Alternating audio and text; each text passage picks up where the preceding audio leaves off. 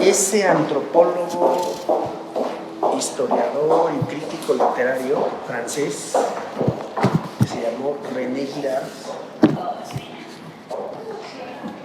al principio estudiaba cosas de literatura y antropología y cosas como eso, pero hubo un momento en su vida que se empezó a meter con el tema de la cultura sacrificial,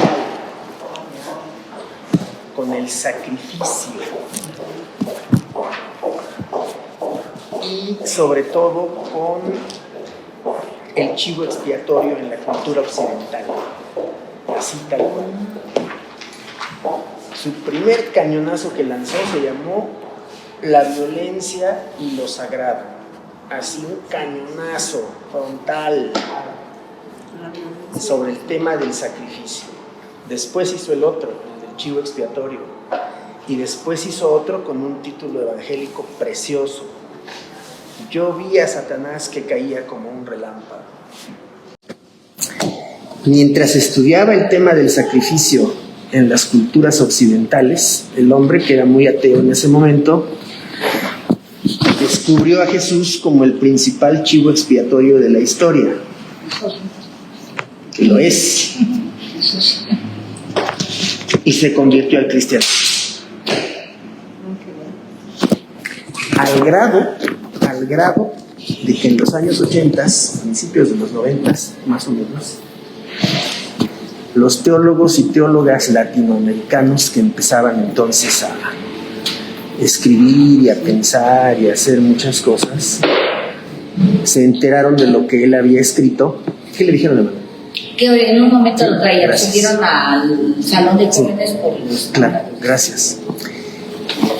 Se dio cuenta de eso y los teólogos y teólogas latinoamericanos lo invitaron a Brasil en una gran reunión de estudio que hubo sobre el tema del sacrificio, justamente. Porque como lo vamos a ver ya en estas semanas, al menos en estas primeras 5, el tema del sacrificio atraviesa transversalmente desde la religión hasta la política y la economía, o sea, lo atraviesa todo. Vivimos actualmente en una cultura sacrificial. Cuando el señor Trump dice que va a sacar a los palestinos de Gaza, que los va a sacar, que va a poner allí unos hoteles, va a ser una zona turística, está tratando a la población palestina, la está tratando como gente, como seres humanos prescindibles, que si existen bien y si no también, ¿no? Eso es parte de la cultura sacrificial. El capitalismo occidental, gracias, es una expresión, quizá la más dura, la más burda también a veces, de la cultura sacrificial. Se sacrifica el planeta, se sacrifica a las personas, se sacrifica mucho con tal de que unos pocos vivan bien. Se dice que si el planeta tuviera la posibilidad de que todos viviéramos como si fuéramos ciudadanos suizos, el planeta no duraría ni un mes. No aguantaría el planeta para darnos ese estilo de vida a los 5,000 o 6,000 millones de habitantes que estamos en todo el planeta. No alcanza el planeta para eso. Eso es la cultura sacrificial. Nuestra vida completa está edificada sobre la cultura sacrificial. Ya lo vamos a ir viendo. Y el Levítico, que es nuestro tercer libro del Pentateuco, que vamos a estar leyendo en estas semanas iniciales, primeras 5 semanas, el Levítico es un libro que está en el centro del Pentateuco a propósito. Todos sabemos cuáles son los 5 libros del Pentateuco: Génesis, Éxodo, en el centro Levítico, luego Números y luego Deuteronomio. Vamos leyendo de una buena vez lo que dice aquí nuestra 4ª página, y también leeremos el capítulo 1. No lo vamos a leer completo, pero el capítulo 1, ya nuestra hermana Ivona ahorita nos hacía el favor de hacer una introducción interesante, llamativa, y lo hicimos también en el chat para preguntar, ¿por qué leer el Levítico? ¿Por qué acercarnos a él? ¿Qué tiene que enseñarnos el Levítico hoy en estos tiempos en que supuestamente ya no se celebran sacrificios? Y acabamos de decir que los sacrificios continúan, no de la manera en que se hacían. Capítulo 1, versículos 1 en adelante. Llamó Jehová a Moisés y habló con él desde el tabernáculo de reunión, diciendo: habla a los hijos de Israel y diles: cuando alguno de entre vosotros ofrece ofrenda a Jehová, de ganado vacuno u ovejuno haréis vuestra ofrenda. Aquí no dice sacrificio, dice ofrenda. Si su ofrenda fuere holocausto vacuno, ya llevamos 3 palabras, apenas son ¿cuántos versículos? 3.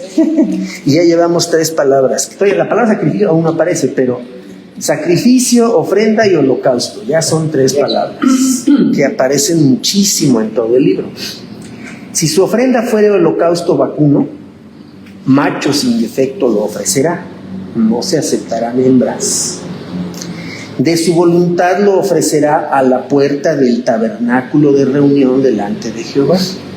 Es la segunda mención del tabernáculo, de la tienda.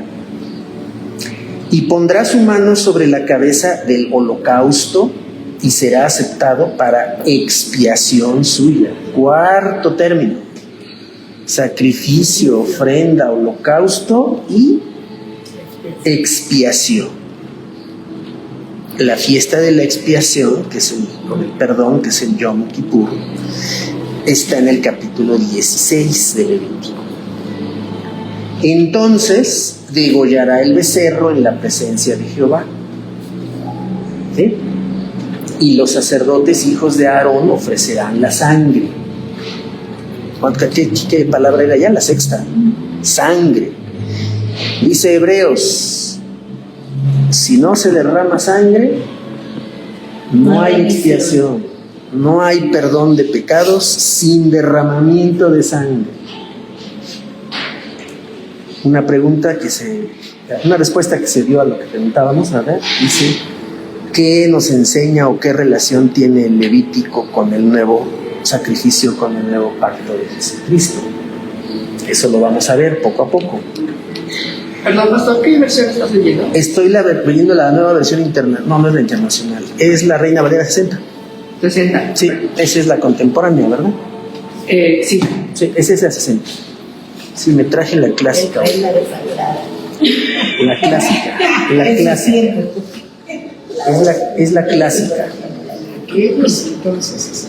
Sí. Entonces degollará el becerro en la presencia de Jehová, y los sacerdotes hijos de Aarón ofrecerán la sangre y la rociarán calientita como estaba alrededor sobre el altar, el cual está a la puerta del tabernáculo de reunión. ¿Ustedes saben cómo estaba la escalinata del Templo Mayor de México, Tenochtitlán, cuando llegaron los españoles? Toda la escalinata estaba manchada completamente de sangre. Y el sacerdote mexica, cuando sacrificaba sobre todo a los prisioneros extranjeros, les abría el tórax, ¿no? Violentamente, muy violento, porque tiene que abrir así, para sacar el corazón directamente. Y el corazón salía palpitando todavía, chorreando de sangre. La cultura sacrificial, en ese sentido, atraviesa todas las culturas humanas. ¿Sí? Bueno, pues aquí está la sangre calientita, chorreando, ¿sí? Y la van a rociar alrededor sobre el altar, la sangre, Sí. el cual está a la puerta afuera del tabernáculo de reunión. Tercera mención de la tienda de campaña, que era el tabernáculo. Se ha idealizado al tabernáculo, déjenme decirles. El tabernáculo está sobreidealizado. Primero que nada, era una tienda de campaña común y corriente. Grande, sí, pero era una tienda de campaña. Eso era. el tabernáculo. Y desollará el holocausto. Otro verbo interesantísimo. Bueno, hay dos verbos, ¿no? Degollar en el 5 y desollar en el 6. Desollar el holocausto, lo vas a desollar, lo vas a... bueno, ya hay otro más, ya hay otro verbo, por favor. Gracias. Y lo dividirá en sus piezas. Vas a estar haciendo ahí como cortes del animal, ¿no? Y los hijos del sacerdote Aarón pondrán fuego sobre el altar y compondrán la leña sobre el fuego.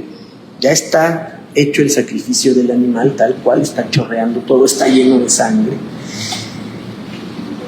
Y luego los sacerdotes, hijos de Aarón, acomodarán las piezas, la cabeza y la grosura de los intestinos, la grasa y las tripas, los intestinos, sobre la leña que está sobre el fuego que habrá encima del altar. Parece que los está cocinando encima del altar.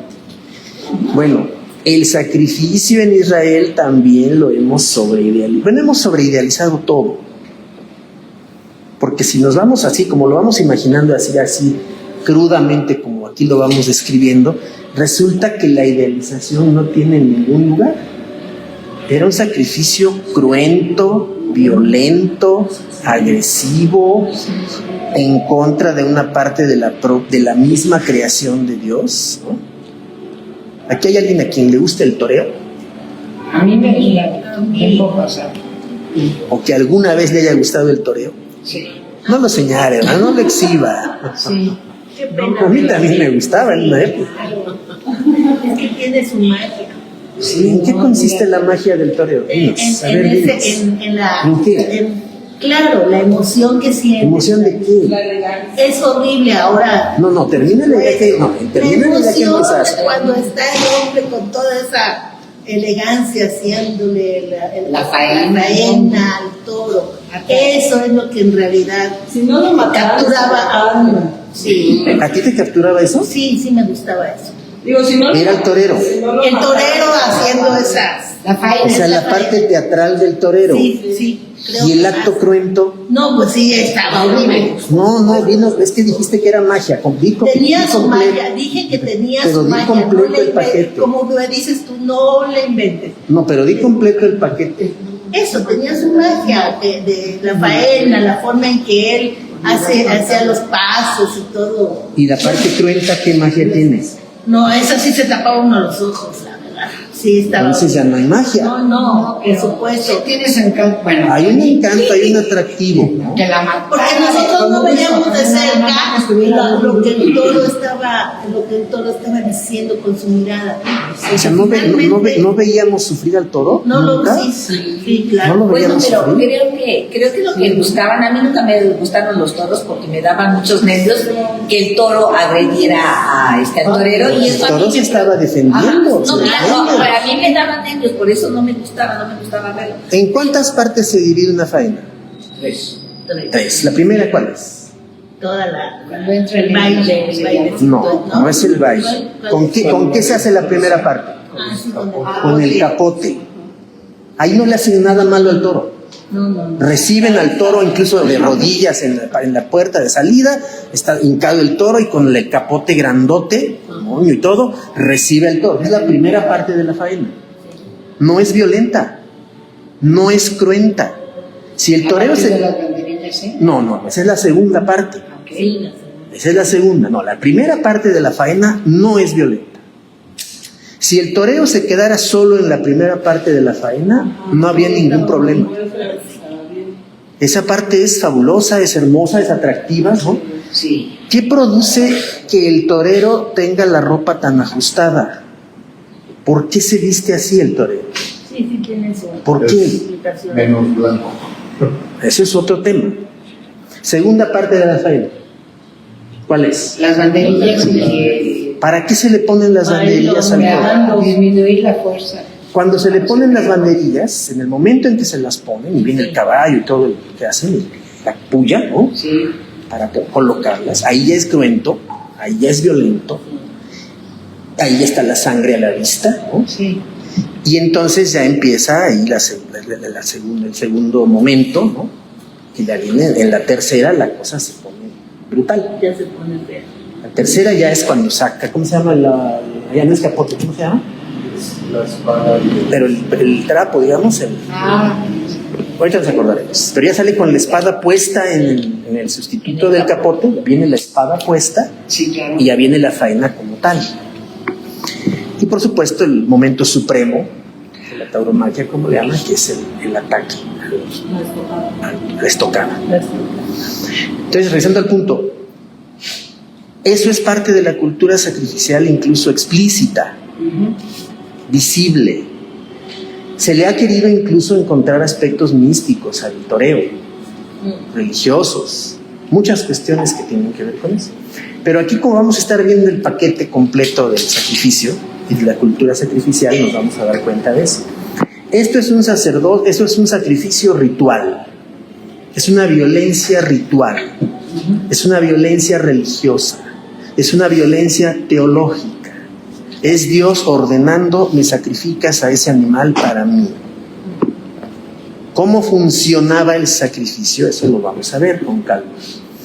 ¿Sí? Violencia teológica. Violencia teológica, violencia ritual, violencia religiosa. Es una violencia que sustituye otras violencias, que enmascara otras violencias, que sustituye otras violencias, y el pueblo estaba feliz de que se sacrificara eso para obtener el perdón. Eso es la expiación. En vez de ser ellos los sacrificados. Y luego viene Romanos y dice el Señor a través de Pablo que debemos entregar nuestros cuerpos en sacrificio vivo. ¿Cómo es eso? ¿Y ese sacrificio va a ser violento, el que ahora hacemos con Jesús? ¿Es violento? No es violento. ¿Es ritual? Lo es. Ese es, por favor, hermanos, aquí está mi bolígrafo. Sí, ¿Es ritual? Lo es. Es una violencia salvífica también. Bueno, muchas cosas.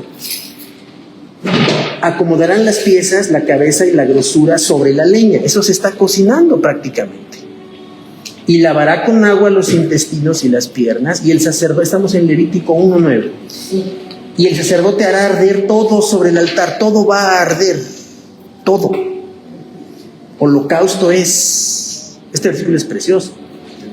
Está la parte, ya no se va uno imaginando de todo eso, pero al final dice: a ver, lo que tú estás viendo es algo cruento, lo que se está haciendo es algo cruento con un animal, por orden de Dios, pero eso es algo serio, es holocausto, es ofrenda encendida de olor grato para Jehová. ¿A qué olía eso? Cuando empezaba, ¿por qué si era como casi un alimento? No olía feo, necesariamente. A mí hasta Es como cuando se hacen las carnitas o la pancita. Es algo parecido. No puede ser No necesariamente olía feo. A carne asada. No olía feo. Es ofrenda encendida y dice, y lo sabemos de memoria, eso lo hemos leído miles de veces. Ofrenda encendida de olor, ¿qué? Grato para. Ese olor le gustaba al Señor. Ese olor. Si su ofrenda para holocausto fuere del rebaño, de las ovejas o de las cabras, tendrá que ser macho, hembras no, sin defecto lo ofrecerá. Nada de que esté cojo, nada, no, tiene que ser perfecto. Y lo degollará al lado norte del altar. Ya veremos por qué el lado norte. Y los sacerdotes hijos de Aarón rociarán su sangre sobre el altar alrededor. ¿Se acuerdan ustedes cuando Elías hizo algo parecido con los sacerdotes de Baal, los profetas de Baal? De Baal, sí. ¿Se acuerdan de ese episodio? Ese episodio está muy relacionado con todo esto. Lo dividirá en sus piezas, versículo 12, y el sacerdote las acomodará sobre la leña y llevará, 13, y lavará las entrañas y las piernas con agua, y el sacerdote lo ofrecerá todo y lo hará arder sobre el altar. Y otra vez, versículo 13, otra vez, holocausto es ofrenda encendida de olor grato para Jehová. ¿Cuántos vieron la película El Perfume? Yo. La película El Perfume. Yo y varias veces. Sí. Basada en una novela muy buena. La novela es infinitamente superior a la película. Claro. Este capítulo 1 cinematográficamente es como una introducción a una película. Matan al animal, le sacan la sangre, ponen todo el fuego, ¿no? Versículo 14, si la ofrenda para Jehová fuere holocausto de aves, ya van dos tipos de ofrenda, ¿no? Primero los vacunos, luego los ovejunos, las ovejas, y tercero las aves. Las aves eran para la gente pobre. Los palominos de los que habla luego la ley son para la gente que no podía darse el lujo de sacrificar un buey o una oveja, no tenía. Entonces aves también. Presentará su ofrenda de tórtolas o de palominos. Y el sacerdote la ofrecerá sobre el altar y le quitará la cabeza y hará que arda en el altar y su sangre será exprimida. Se ponen a exprimir al ave ahí, a la palomita o tórtola, se ponen a exprimirle la sangre. Así dice. Y le quitará el buche y las plumas, que son inmundas, lo cual le echará junto al altar hacia el oriente en el lugar de las cenizas para quemarlo. Y la henderá por sus alas, pero no la dividirá en dos. Y el sacerdote la hará arder sobre el altar, sobre la leña que estará en el fuego. Y vean cómo termina otra vez. Versículo 17. Holocausto es ofrenda encendida de olor, ¿qué? Grato para Jehová. Ya podemos respirar. Esta es la introducción cinematográfica de Levítico. Así como empieza el perfume que va haciendo las tomas así, morosas, despacio para mostrar todo el contexto, porque esa película tiene unas escenas verdaderamente repugnantes. La historia en realidad, la del perfume, es la historia de los olores de la época, que eran olores muy desagradables. Las ciudades olían a todo. Las ciudades europeas de esa época olían a todo. Y cuando digo todo, es todo. A todo. A comida, a todo, a todos. A todo. Eran las aves y ¿Cómo? los vacunos, porque aquí nos hizo hincapié en que las ovejas lo llevaban a dar norte del altar, Sí. y aquí las aves hacia el oriente. Uh-huh. Tiene que ver algo. Ahorita vamos a ver. Okay. Vámonos a la página 4, después de esta introducción tan bárbara, sí, de hecho lo es. El sacrificio es una acción bárbara. Pero los 3 primeros capítulos se la pasa describiendo pues los rituales, ¿no? Y casi, bueno, es casi lo mismo, ¿no? Es casi lo mismo, pero no es lo mismo. Sí, aquí lo que nosotros tenemos en el capítulo 1, así como introducción, es algo a lo que el pueblo estaba acostumbrado. El pueblo estaba acostumbrado a los sacrificios, igual que en Mesoamérica. En Mesoamérica no se concebía una vida sin sacrificio. Y había guerras entre los diferentes pueblos y naciones de la época, mexicas y demás. Las guerras gratuitas, guerras sin motivo. Guerras para conseguir prisioneros del otro pueblo para sacrificarlos a los dioses propios. Y la gente iba bien contenta a esas guerras. Las guerras floridas. Y en esas guerras el único objetivo que tenían era conseguir prisioneros extranjeros para sacrificarlos al dios propio. En el caso de los mexicas, Huitzilopochtli, que era el dios, el colibrí zurdo. Porque Huitzilopochtli era el colibrí zurdo, específicamente zurdo, el colibrí zurdo. Bueno, dice aquí, en hebreo, este libro Levítico no tiene otro título que su primera palabra. Y la primera palabra del Levítico en nuestras traducciones es esa, llamó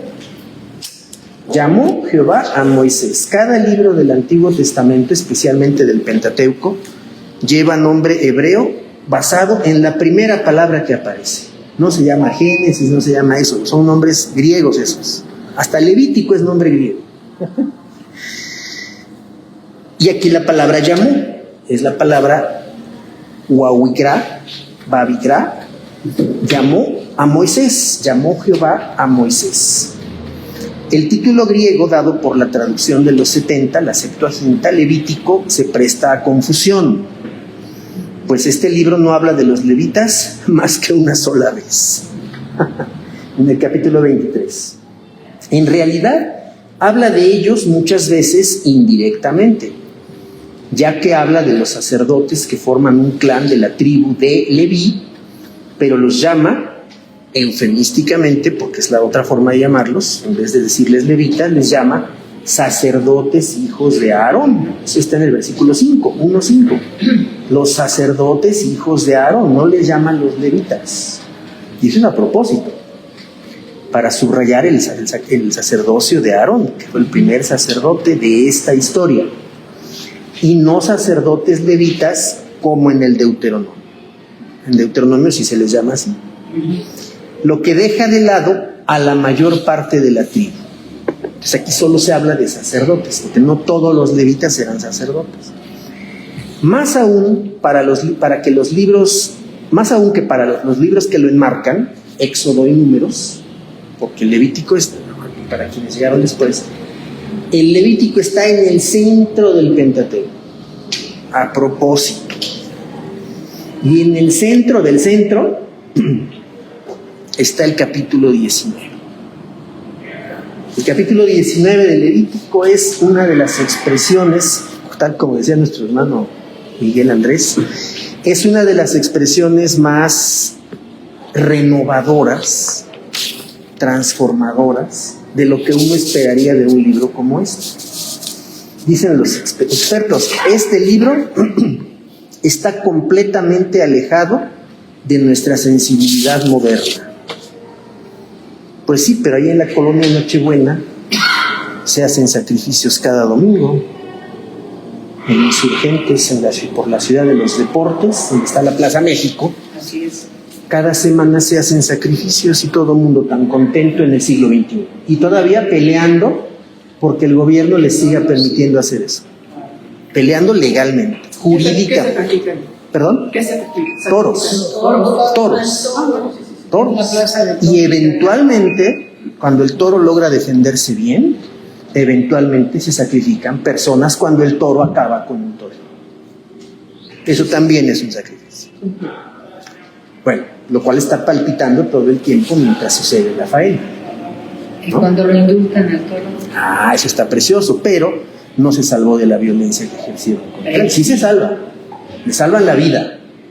Todo toro debería de ser indultado. Todo toro. Pero esa cuestión de que comemos carne pasta. Ah, entonces usted ya se metió al otro terreno de la cultura sacrificial, que es la cultura alimentaria. Eso es otro aspecto. Pero eso es algo natural. No por diversión. Es que no es diversión. Por eso cuando la hermana dijo de la magia, cuando la hermana sacó eso de la magia, por ese terreno va la parte mística, la parte que también es ritual, es estética también. Hay muchas pinturas de toreros, hay mucha poesía de toreros, los pasodobles son la música del torero, en fin, o sea, es todo un conjunto muy grande. Estaba Joselito. Sí. No, si hablamos de toreros, pues es otra historia, ¿no? ¿Cómo? Pero es que eso yo lo relaciono mucho, por ejemplo, en mi infancia. Joselito. Cada que iba a haber un sacrificio de un animal, dice el borrego chivo. Ay, pero en la parte alimentaria. Sí, pero era porque también había fiesta. Ah, ese es el otro elemento. La fiesta de los toros también se le dice. Como Entonces, acotación. Es una fiesta. Pero fiesta en el sentido de cumpleaños. Sí, sí, pero esta es una fiesta ritual. Y como acotación solamente pienso que también tiene su grado de tortura. Ah, tú ya estás metiendo ahora otro. Porque Van a sí, entrar sí, muchos elementos en juego. definitivamente la magia, digo, la esta del toreo, la fiesta es tortura, pero también esto de la parte alimentaria de matar. Es de lo que se valen mucho los vegetarianos y todo, que nos dicen que los torturamos y porque no tenemos una forma Bueno, hay que irse a dar una vuelta por el rastro. Y creo que sí es cierto. Pero Hay que irse a dar. Sí hay normas para matar a los Sí, porque pero en el aunque rastro ya no sea sé, pero en alimentario, los rastros, la plaza de toros, en los rastros de provincia esas leyes no se cumplen. no, claro. Bueno, No se Se cumplen. escuchan a los cochinos No, que no. gritan como locos. los sacrificios. Hasta para eso hay leyes también. Por hasta para eso. Ajá, sí, pero no se cumple en el verdad. Es que se está trabajando en eso, digo, si no se estuviera trabajando, siguiera la fiesta taurina como estaba antes. Pero Pues sigue, ajá, sigue como estaba antes. ¿Cómo ya que se claro? está quitando. No, Ya. en México no se ha quitado. En España sí. No sabía que se En algunos lugares. en la plaza de todo mucho tiempo. Y yo En creo Barcelona ya no hay corridas de toros. Pero escuchen lo siguiente. No es tortura que muchos migrantes de varios países latinoamericanos, el señor Trump, de nuevo, ya los sacó de Estados Unidos y se los llevó a Guantánamo. Es el lugar que tiene secuestrado la isla de Cuba. Ahí están ahora muchos de los migrantes expulsados, sacados de Estados Unidos y que ahora están en la isla de Cuba. ¿No es tortura eso? O los talibanes que fueron llevados ahí también cuando pasó toda la dificultad esta, fueron llevados y torturados en Guantánamo.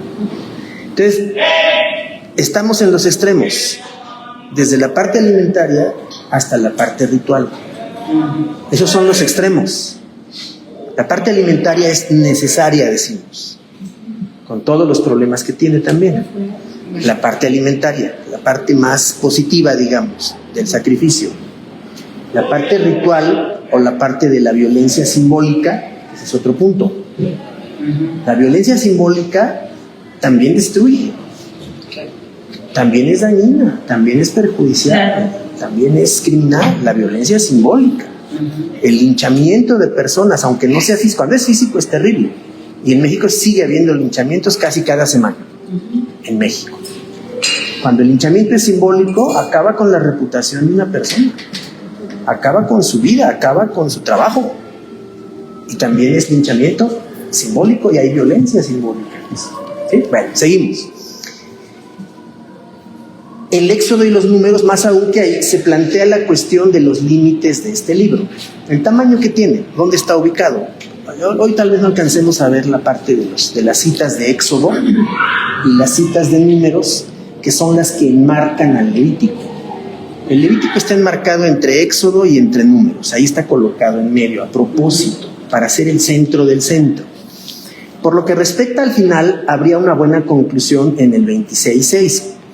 Estos son los mandamientos, estatutos y leyes que el Señor estableció entre sí y los israelitas en el monte Sinaí por medio de Moisés, específicamente en el Sinaí, particularmente en el Sinaí, que en la guerra de los 6 días de 1967, el Sinaí pasó a ser otra vez propiedad del Estado de Israel, y con los acuerdos de Camp David en los años 80, con la presidencia de Jimmy Carter, si no me equivoco, ese territorio regresó a ser propiedad de su actual dueño, que es Egipto. Egipto es el dueño actual de la península del Sinaí. Y ahí está, en donde se estableció esta situación legal entre Dios y los israelitas, en el monte Sinaí, por medio de Moisés. Pero el capítulo 27 fue añadido posteriormente y tiene su propia conclusión, el Levítico 27. Hay una conclusión en el 26, y como se agrega el 27, ese capítulo tiene su propia conclusión. Estos son los mandamientos que el Señor dio a Moisés, igual, para los israelitas. ¿En dónde? En el monte Sinaí. Entonces tenemos que asociar todo el tiempo al Levítico con la península del Sinaí. La península del Sinaí es la que sale hacia el Mar Rojo, ¿cierto? Ya después incluso tendremos que ver la geografía actual de Israel, porque en la puntita de Israel está el territorio, así se va adelgazando y tiene una puntita que desemboca, un pedacito de nada de Israel desemboca en el Mar Rojo, un pedacito de nada. Hay un puerto muy importante ahí en la puntita de Israel, que es el puerto de Eilat, que es un lugar turístico impresionante, de verdad. Parece que están las personas en el Mediterráneo, ahí en la costa francesa. Así de impresionante y de hermoso es ese lugar. Aparte de que el museo y toda la cuestión turística es impresionante. Y están rodeados por Arabia Saudita, por Egipto y todo, y la región es una bomba, como siempre, la cuestión de la guerra y demás, pero ese lugar es paradisíaco. La puntita de Israel. Bueno, sigue el último párrafo, que no es tan chiquito, pero bueno. En cuanto al comienzo del libro de Levítico, no existe una verdadera introducción como tal. Ahorita leímos el capítulo 1, y el capítulo 1 nos vino a sacudir a las 10 de la mañana, unos sin desayunar y otros habiendo desayunado, pues nos vino a dar un golpe ahí visual, a lo mejor nos quitó el apetito, nos abrió más el apetito, ¿no? Por lo que se estaba cocinando en el altar. El altar parecía un asadero ahí, ¿no? Una carne asada. No introduce más que el primer capítulo, y el verbo inicial, llamó a Moisés, no tiene ni siquiera sujeto explícito. Nuestra traducción agrega Jehová porque es necesario, pero en el original ni siquiera dice llamó Jehová. Llamó a Moisés, obviamente sabemos quién, es el Señor, pero en el original no dice la palabra Jehová. Llamó a Moisés, y arriba vean que también lo dice, llamó a Moisés. No tiene ni siquiera sujeto explícito. ¿Quién llamó? Sabemos quién, pero no lo menciona. Si se quiere un comienzo más evidente, más claro, más específico, hay que buscar remontándonos más arriba en el libro precedente, que es el Éxodo. Y el Éxodo termina en el capítulo 40, aunque aquí nos manda al 34, muy atrás, hasta el 24. No, simplemente si ustedes le regresan, los que traen la Biblia impresa hoy, si le regresan al capítulo 40 de Éxodo, resulta que Moisés es el que erige la tienda de campaña. Porque antes de que llegaran nuestras hermanas, dijimos un par de cosas que son muy importantes. El tabernáculo está sobreidealizado. Era una vulgar tienda de campaña. Eso es lo que era el tabernáculo. ¿Sí? Y digo vulgar a propósito, porque era de uso común y corriente, claro, más grande y todo. Capítulo 40 de Éxodo. Moisés erige el tabernáculo y asentó sus basas y colocó sus tablas. Viene toda la descripción del tabernáculo en el capítulo 40. Y el Éxodo termina de manera preciosa.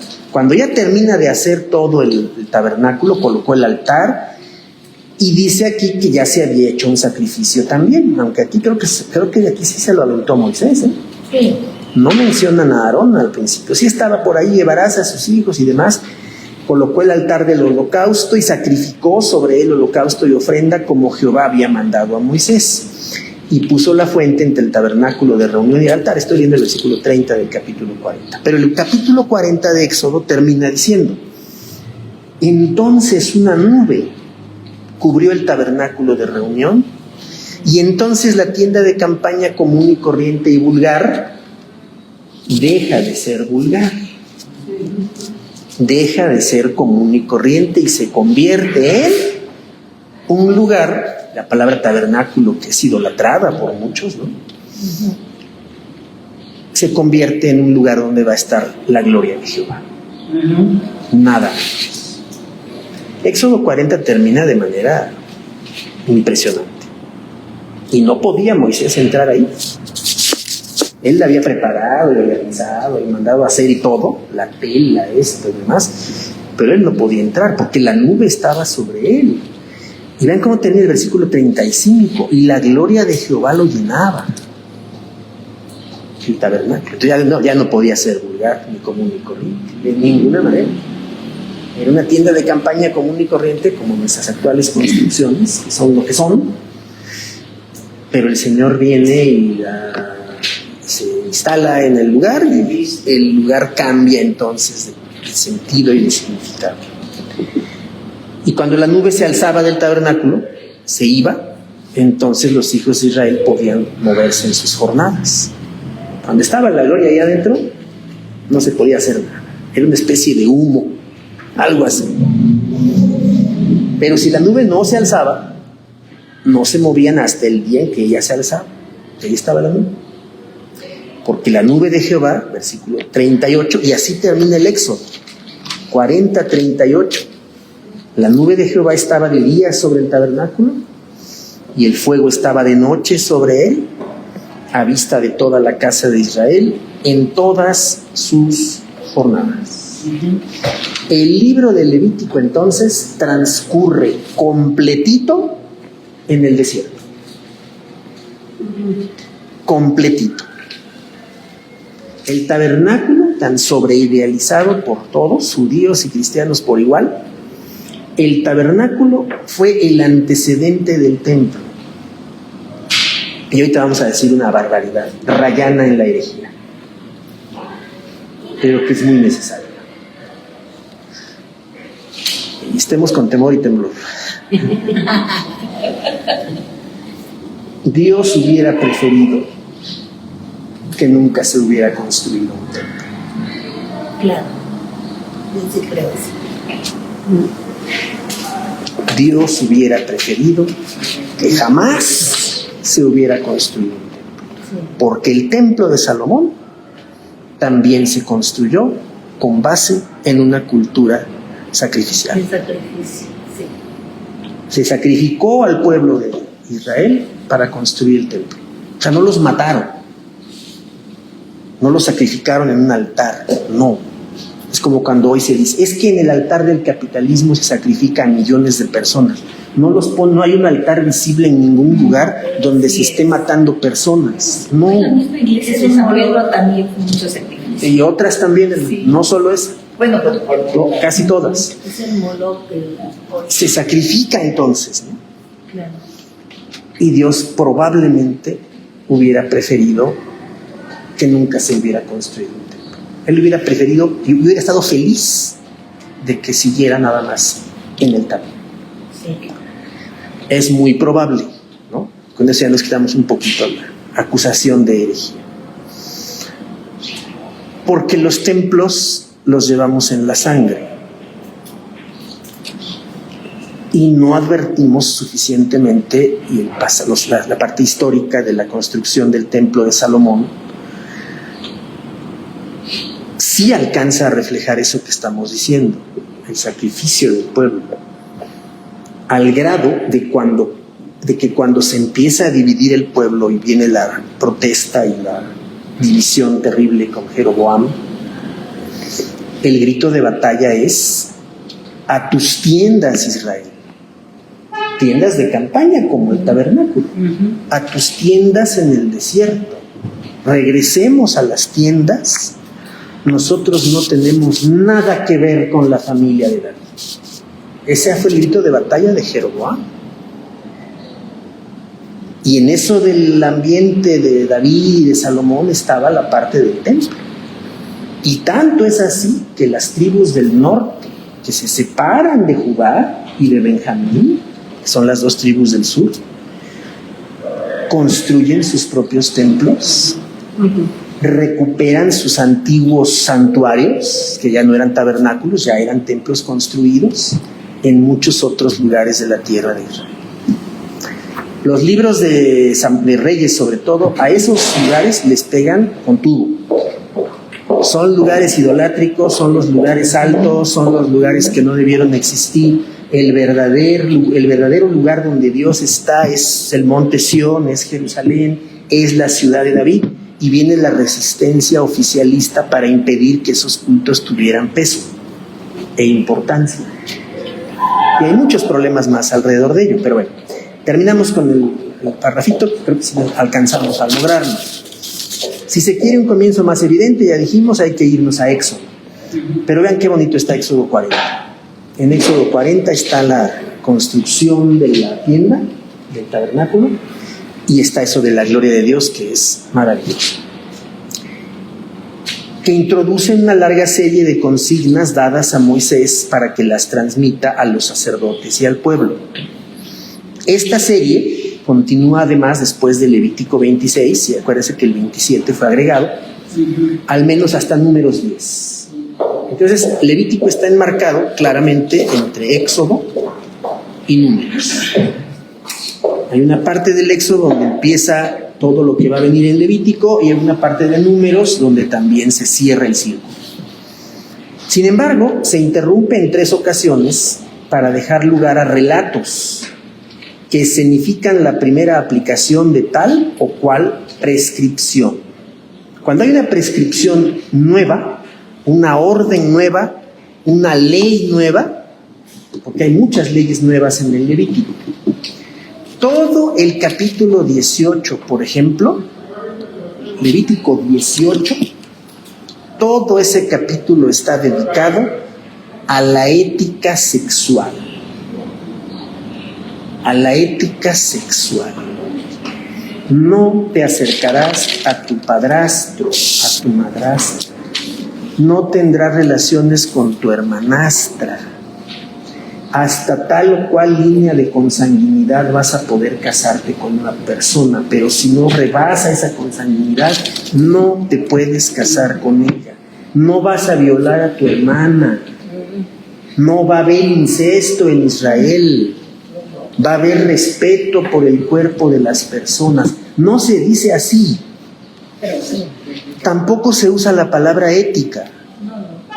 Pero es la ética sexual que Dios quería que tuviera su pueblo. El respeto por las demás personas. Por el cuerpo de las demás personas. Es donde se describe en la ciudad de los refugios también, ¿verdad? En Levítico. Sí, pero sobre todo en el capítulo 25, que es donde aparece la ley del jubileo. Claro. También. Por eso nuestro tema se llama, como le hemos puesto, aparte de social, orden social y santidad. ¿Por qué no lo pusimos al revés? Porque estamos acostumbrados a lo de la santidad. ¿Sí?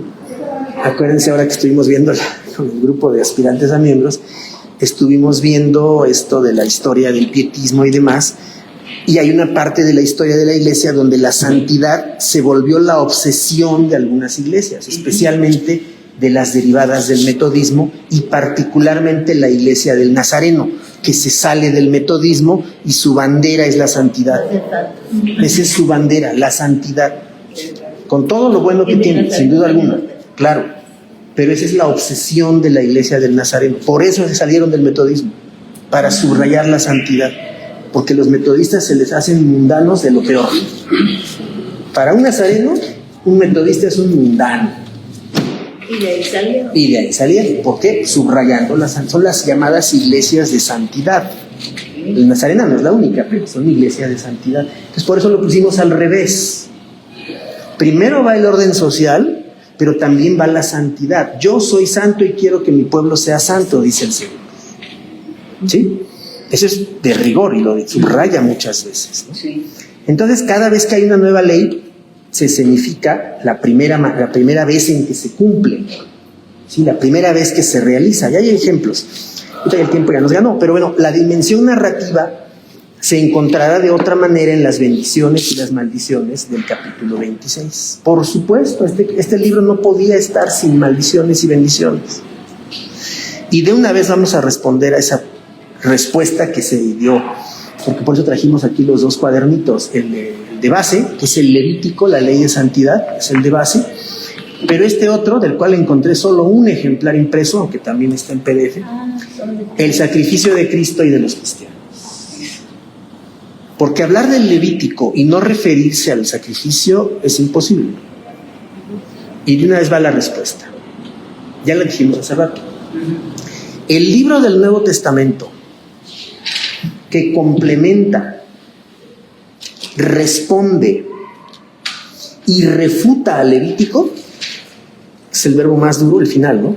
Complementa, responde y refuta. ¿Qué es refutar? Debatir, ¿Ah? Debate o rechazando. argumentar, debatir. Te refuto y no acepto lo que me dices. No estar de acuerdo.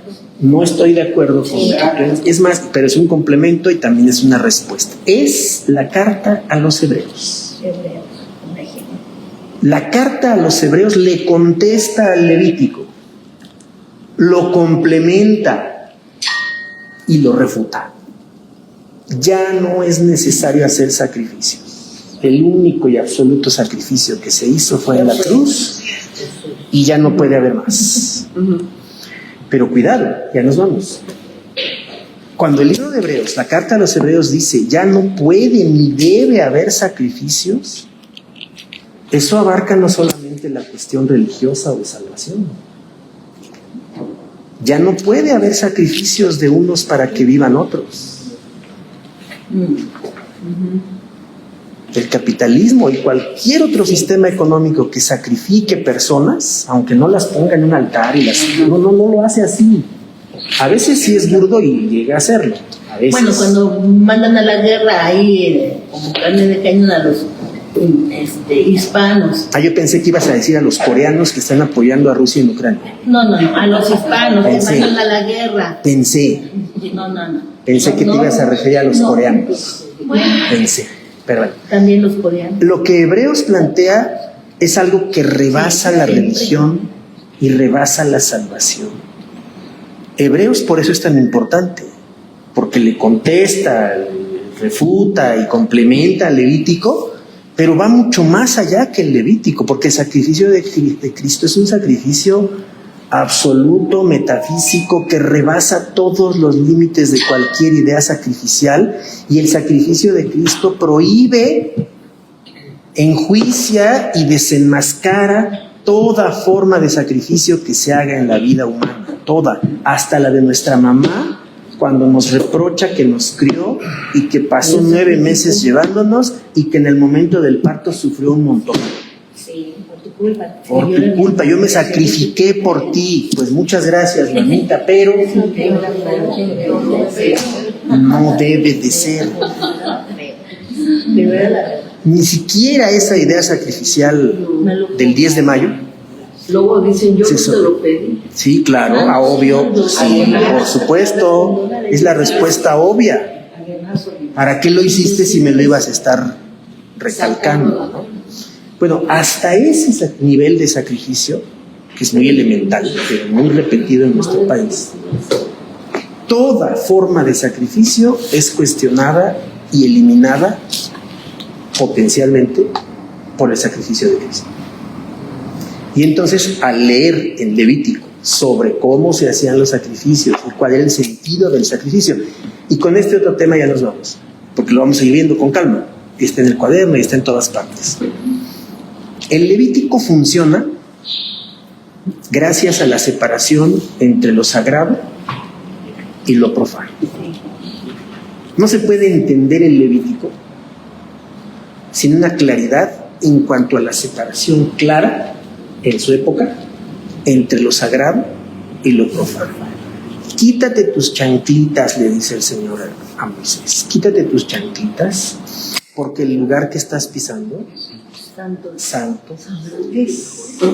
Si no quieres que yo te fulmine, quítate tus zapatitos, ponlos a un lado y entonces te puedes estar. Si no quieres que yo te fulmine, si no quieres que te pase lo que aquel pobre hombre que quiso detener al arca cuando estaba en el camino, que la devolvieron los enemigos, ¿no? La devolvieron y la mandaron ahí robando, y ahí va el arca en una carreta, y la carreta se va a estrellar casi, y este hombre dice, no, yo voy a salvar la carreta y voy a salvar el arca y no sé qué, y se acerca, ¿y qué le pasa?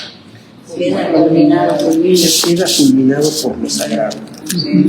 Lo sagrado no se podía tocar, era intocable. Y cuando algo se llama, le decimos que es intocable, eso es un tabú. Es un tabú tocar lo sagrado. Si lo tocas, o te va súper bien, o mueres fulminado por lo sagrado. Lo sagrado no puede ser experimentado de manera inmediata, directa. Lo sagrado es demasiado para nosotros como seres humanos, que somos profanos todos. ¿Todo? Entonces, la división clarísima entre lo sagrado y lo profano. Por eso Bernardo Barranco le dio el clavo al ponerle así a su programa: sacro y profano. Y ahí aparecen las dos cosas, siempre en pugna, porque lo sacro siempre quiere su lugar y lo profano también. Y las cosas se ponen exactamente. Muy bien, pues vámonos al punto. Ya. ¿Le pones el movimiento, el color de rosa? No, el